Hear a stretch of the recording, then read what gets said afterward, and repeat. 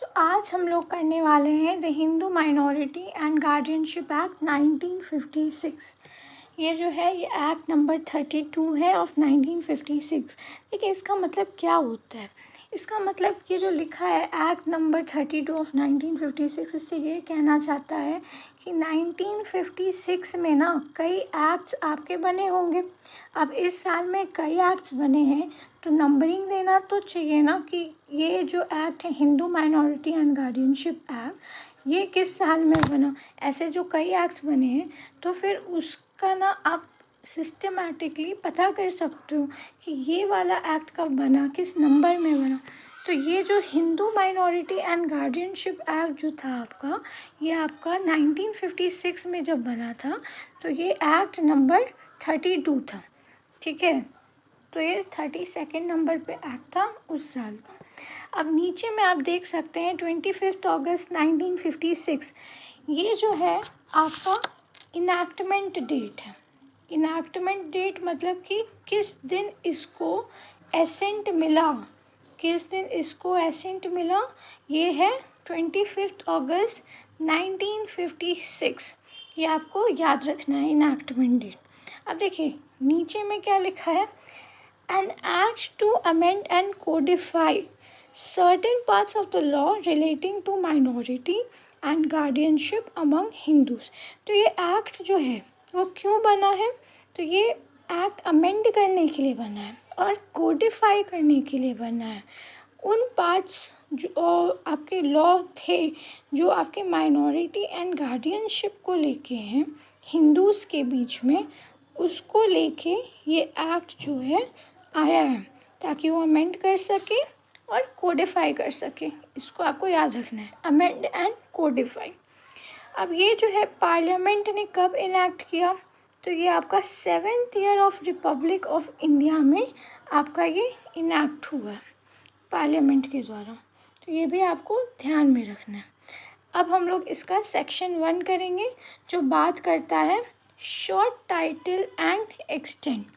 इसका sub section 1 जो है उसमें लिखा है दिस एक्ट में be called the Hindu minority and guardianship act.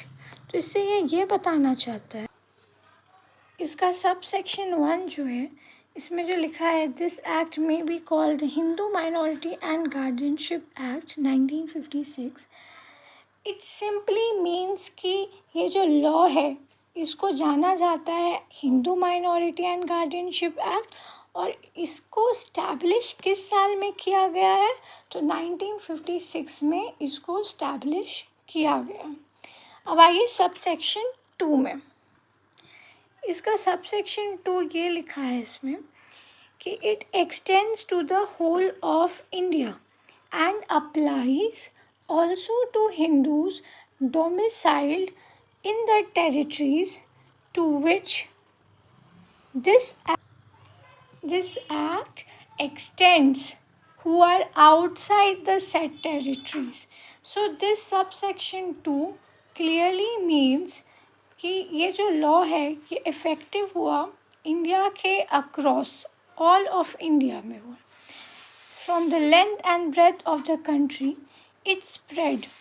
और इसमें ये भी बताया गया कि ये अफेक्ट करता है हिंदूज़ को जो रहते हैं दूसरे कंट्रीज़ में, बट उनका परमानेंट जो होम है, जो उनका डोमिसाइल है, वो इंडिया के अंदर है, इंडिया के विदिन है, जहाँ पे ये लॉ एप्लीकेबल है।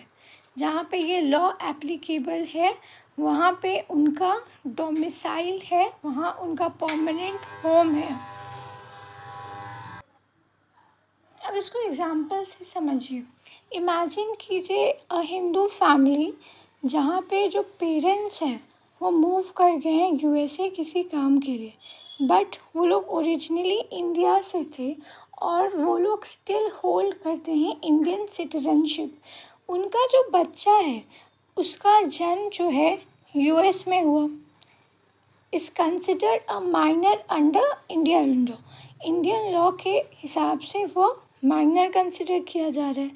अगर पेरेंट्स ये डिसाइड करते हैं उनके बच्चे के प्रॉपर्टी को लेके जो इनहेरिट किया गया है जो रिलेटिव्स थे इंडिया में उनसे, तो वो लोग क्या करेंगे कि वो लोग ये काम Hindu minority and guardianship act 1956 के तहत करेंगे, क्योंकि वो लोग डोमिसाइल्ड हैं हिंदूज़, एंड ये जो एक्ट है वो अप्लाई करता है उन पे, और वो लोग करेंटली कहाँ रह रहे हैं, तो इंडिया के बाहर रह रहे हैं। तो ये था एग्ज़ाम्पल। अब हम